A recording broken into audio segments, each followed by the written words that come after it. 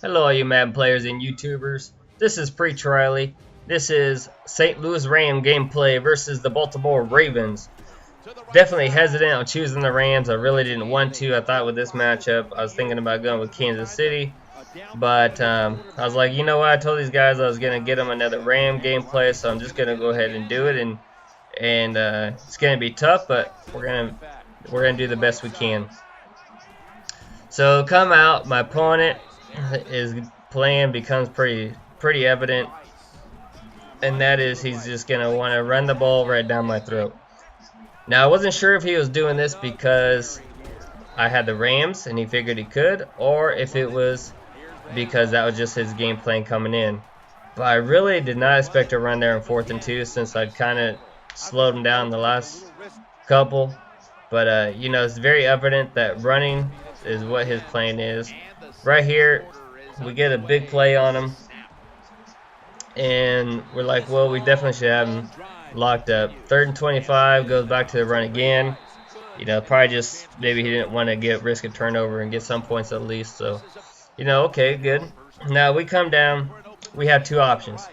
We can either milk the rest of the quarter, go into halftime 7-3, and I would get ball at half, or just drive down kind of normal and, you know, leaving some time and maybe get him to passing and see if we can get a turnover and enough time to score again and build the lead.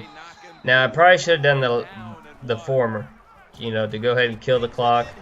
But I just wanted to come down here. I thought, you know, if I had left some time. Now, I did end up leaving more time on the clock than I wanted. I thought maybe leaving, you know, a minute and a half, something like that. But instead, ended up leaving 2.5 minutes as a score right here. So that means he can go back and work the run. So, you know, really I should have left less time. You know, either no time or closer to a minute, and that way it would encourage him to pass and see if we could break him down on that, as we do right here. So, in this game, I'm feeling like I should definitely win this game. I don't feel that way out very often, but because, you know, and right there, that was a complete blown coverage by me. I couldn't believe it.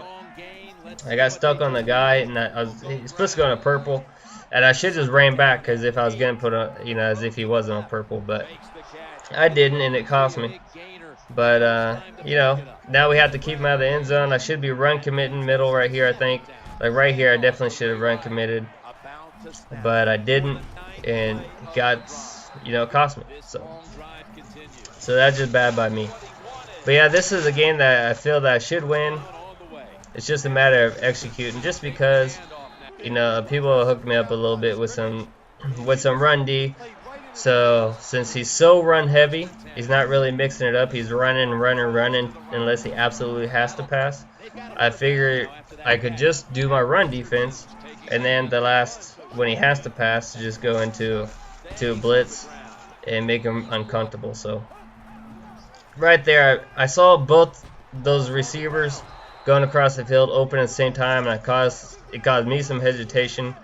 And here, because I didn't know which one to throw to, I'm trying to put X on an out route. The whole time I'm trying to put it on my out route, and it just wouldn't do it. I had to change a couple other people's routes and then go back and change his to an out route. So that was a disaster. I don't know what happened there. I get the penalty, and Bradford does not have 90-some throw power that you need to throw that out route in that situation. So, you know, I should have just punted there or try something else. The running back was open with the out route, 4th and 18, taking so long to get up there. I should have been looking at other reads. I locked onto the out route. So, really bad job. Poor job by me on that one. But I know I feel that I can keep him to a field goal. Again, he's super run heavy, so I just have to stop the run and then right here play the pass. So, and it works out. So now the question is, now what to do once again. A field goal would win it to him. So although I feel comfortable that I can keep him to a field goal, a field goal would win it even if I get touchdown.